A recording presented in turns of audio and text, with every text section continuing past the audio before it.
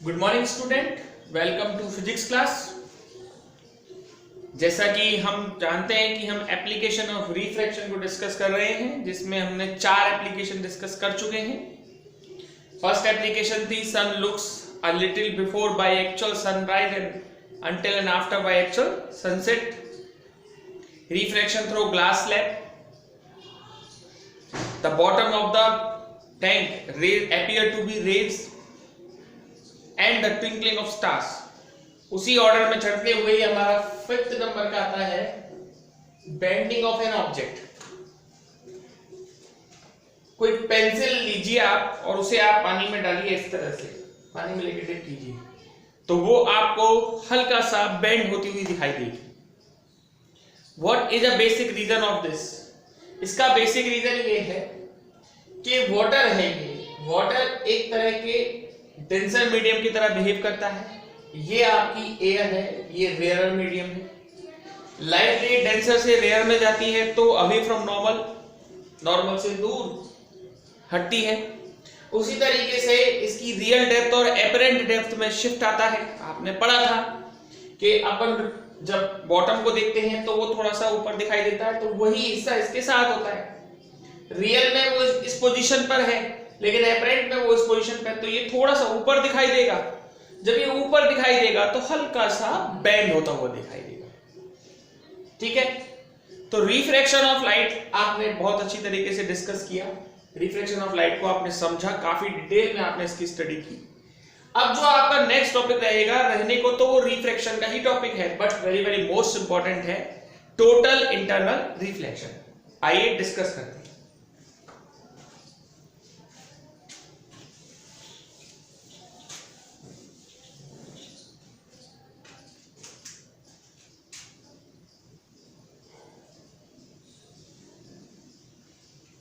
Total internal reflection. अभी मैंने कहा था आपसे कि ये टॉपिक रिफ्रैक्शन का है, लेकिन लिखा जा रहा है यहां पर रिफ्लेक्शन। ये रिफ्रैक्शन की एक कंडीशन है जिसमें रिफ्लेक्शन हो जाता है। शब्दों को सुनिए, ये रिफ्रैक्शन की एक ऐसी कंडीशन है जिसमें रिफ्लेक्शन हो जाता है। इसको बहुत अच्छी तरीके से डिस्कस करते हैं। देखिए,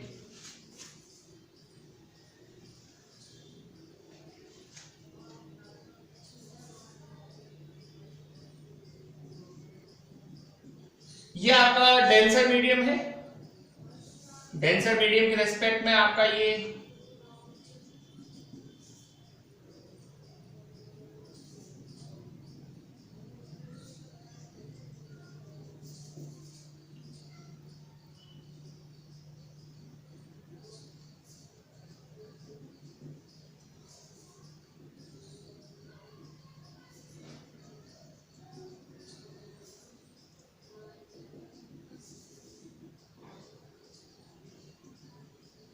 हाँ जी, ये डेंसर मीडियम है। डेंसर मीडियम के हिसाब से ये वाटर है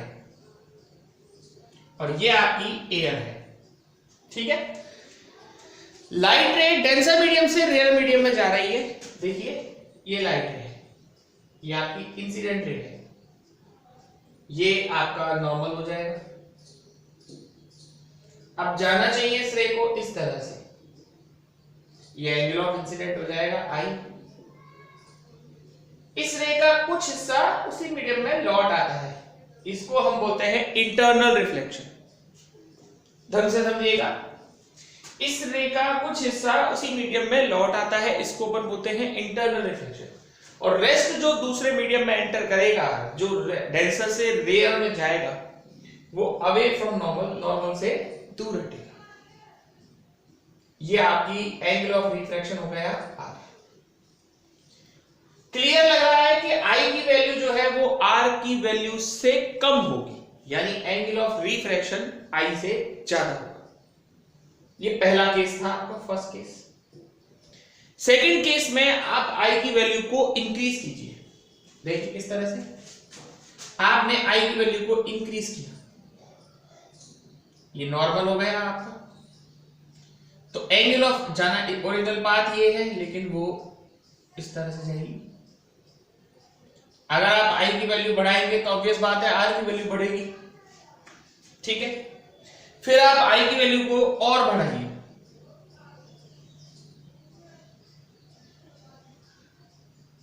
आप आई की वैल्यू को और बढ़ाइए, ऐसी एक वैल्यू आएगी जिस पर आर की वैल्यू जो है, आर की वैल्यू जो है वो 90 डिग्री हो जाएगी। आई की एक ऐसी वैल्यू आएगी जिस पर आर की वैल्यू कितनी हो जाएगी, 90। ये सेकंड केस था, ये थर्ड केस है। आई की एक सर्टेन वैल्यू जिस पर आई आर की वैल्यू 90 डिग्री होती है, इसको हम बोलते हैं क्रिटिकल एंगल, इसको हम बोलते हैं critical angle I equals to I C. अब अगर हम नेक्स्ट केस में आईसी से ज्यादा ले लें आई को, अगर एंगल ऑफ इंसिडेंट को हम क्रिटिकल एंगल से ज्यादा ले लें तो ये लाइट रे totally get reflected back in same medium. यहां ये चौथा केस है, इसमें हमने आई की वैल्यू को आईसी से ज्यादा लिया है। इस केस में ये लाइट रे totally get reflected back in same medium, ये लाइट रे वापस से उसी मीडियम में लौट आती है, उसी मीडियम में लौट आती है, दूसरे मीडियम में कुछ नहीं जाती है। ये reflection, total internal reflection is one of the condition of refraction. पहले दो केसेस में आई की जो वैल्यू है वो आईसी से कम है, लेकिन तीसरे केस में आई की वैल्यू आईसी के बराबर है जब आर की वैल्यू 90 हो गई, और चौथे केस में आई की वैल्यू आईसी से ज्यादा है। तो अब समझिए और ढंग से सुनिए इस चीज को। When a light ray travel from denser medium to rarer medium and angle of incident is greater than critical angle, then light ray totally get reflected back in same medium. This is known total internal reflection. अगर light रे किसी एक medium, किसी denser medium से rare medium में जाती है और इंसिडेंट एंगल अगर क्रिटिकल एंगल से ज्यादा होता है तो लाइट रे उसी मीडियम में लौट आती है। इस फिनोमिना को ही हम टोटल इंटरनल रिफ्लेक्शन कहते हैं। शॉर्ट में हम इसको TIR भी बोलते हैं, total internal reflection. This is the one of the condition of refraction. ये रिफ्रैक्शन की ही एक कंडीशन है जिसमें लाइट रे डेंसर से रेयर में जाती है और इंसिडेंट एंगल क्रिटिकल एंगल से ज्यादा होता है। कई बार एग्जाम में भी पूछा जाता है कि भैया what is the necessary condition of total internal reflection. The necessary condition of total internal reflection is that light ray always enter from denser medium to rare medium and angle of incident is greater than critical angle. बच्चों का मुझसे question होता है कि sir ये I equals to IC पर internal reflection नहीं हो रहा है, ये वो बाउंड्री है जो, मतलब ये वो बाउंड्री है जिसके बाद टोटल इंटरनल रिफ्लेक्शन होगा। क्लियर? एक बार एग्जाम में इस तरह से भी पूछा गया था कि what is the relation between critical angle and refractive index. कई बार इस पर रिलेटेड क्वेश्चन भी आता है, तो इसको निकालने के लिए हम लोग रिफ्रैक्शंस के रूल को ही यूज करेंगे। रिफ्रैक्शन के दो रूल थे, एक तो था incident ray, refracted ray, normal, all are lie in same plane, और दूसरा है आपका Snell's law, ratio of sine angle of incident and sine angle of refraction is equal to refractive index. मान लीजिए लाइट रे डेंसर से जो rare में जा रही है, डेंसर मीडियम का रिफ्रैक्टिव इंडेक्स n2 है और रेयर मीडियम का कितना है, n1 है। आप चाहें तो इसे n1 भी मान सकते हैं, इसे n2 भी मान सकते हैं, वो आपकी मर्जी। और लाइट रे डेंसर से रेयर में जा रही है, तो according to Snell's law, according to Snell's, चलिए according to Snell's law, Snell's law के हिसाब से sine I upon sine R। अब लाइट रे डेंसर से रेयर में जा रही है, जिसमें जाती है वो पहले आता है तो किसके बराबर होगा, n12। बात यहां पर क्रिटिकल एंगल और इंसिडेंट, क्रिटिकल एंगल और रिफ्रैक्टिव इंडेक्स के रिलेशन की हो रही है। अगर हम I बराबर क्या ले लें, IC, तो R बराबर क्या आएगा 90 डिग्री। क्रिटिकल एंगल पर एंगल ऑफ रिफ्रैक्शन कितना था 90 डिग्री। हम इन दोनों वैल्यूज को इसमें पुट करते हैं, sine IC upon sine 90 degree equals to n12। Sine 90 की वैल्यू 1 होती है, साइन IC, फिर आपकी ये वैल्यू निकल के आया, इधर कर रहे हैं इसको अपन, फिर ये निकल के आया sine IC equals to n12। This is a relation between critical angle and refractive index. कई बार आपको n12 नहीं देकर वो n21 दे देगा, तो अपन जानते हैं कि n12 into n21 equals to 1, n12 equals to 1 upon n21। तो ये भी एक रिलेशन है, sine IC equals to 1 upon n21, ये भी एक रिलेशन है। तो ये क्रिटिकल एंगल और रिफ्रैक्टिव इंडेक्स के बीच के रिलेशन है। काफी अच्छी तरीके से आपको ये टॉपिक समझ में आया होगा। मैं इसको एक बार और ब्रीफ कर रहा हूं, देखिए इंपॉर्टेंट टॉपिक है, काफी अच्छा डिस्कस इसमें करना है। और दूसरी बात ये कि ये रिफ्रैक्शन का ही टॉपिक है, बट होता है इसके अंदर रिफ्लेक्शन है।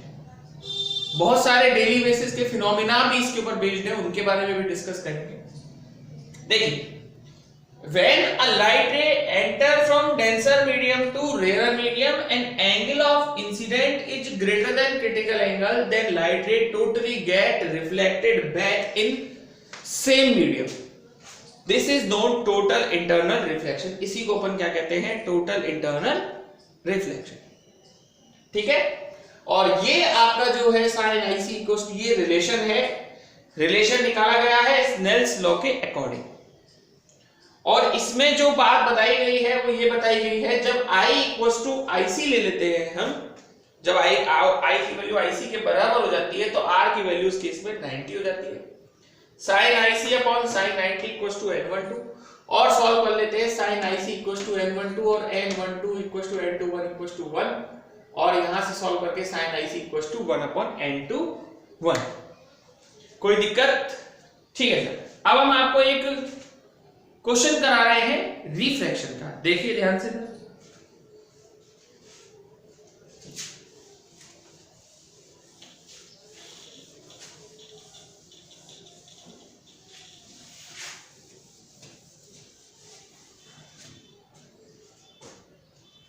Let us suppose refractive index of any medium with respect to air is 1.33। किसी मीडियम का रिफ्रैक्टिव इंडेक्स एयर के रेस्पेक्ट में 1.33 है, then find out the speed of light in that medium. आपको ये बताना है कि उस मीडियम में लाइट की स्पीड कितनी होगी जब आपका रिफ्रैक्टिव इंडेक्स कितना है, n इक्वल्स टू 1.33। 1.33 को आप 4/3 भी लिख सकते हैं। ऐसा लिखने से थोड़ी कैलकुलेशन इजी हो जाती है। और आप जानते हैं एयर के रेस्पेक्ट में रिफ्रैक्टिव इंडेक्स है ये, एयर के रिफ्रैक्टिव इंडेक्स में, तो आपने पढ़ा था refractive index n equals to होता है c upon v, ratio of speed of light in vacuum and speed of light in medium is known refractive index. Air में और वैक्यूम में लाइट की स्पीड को कांस्टेंट लिया जाता है, वो c के बराबर होती है, जिसकी वैल्यू होती है 3 × 10⁸ मीटर पर सेकेंड। क्वेश्चन की डिजायर ये है, उसने आपको रिफ्रैक्टिव इंडेक्स दिया है और आपसे वो वेलोसिटी पूछ रहा है उस मीडियम की, तो v इक्वल्स टू क्या हो जाएगा, c अपॉन n। c की जगह क्या आएगा 3 × 10⁸, और n की जगह कितना है, चाहे तो 1.33 रखिए, चाहे 4/3 रखिए। 1.3 से कैलकुलेशन थोड़ी हार्ड हो जाती है, हम कैलकुलेशन को इजी करने के लिए 4/3 रखते हैं, 3 ऊपर जाएगा, 3 3 9, 9 × 10⁸ अपॉन क्या आएगा 4। 4 से इसको कैंसिल कीजिए, कितनी बार कैंसिल होगा 2 पॉइंट, 4 2 जा 8, 10, फिर 2 टाइम देगा 20, 2.25 10⁸ मीटर पर सेकेंड। ये लाइट की स्पीड है उस मीडियम में जिस मीडियम का रिफ्रैक्टिव इंडेक्स 1.33 है। ठीक है, और इससे रिलेटेड और भी हम क्वेश्चंस को और भी टॉपिक्स को हम आपको डिस्कस करेंगे।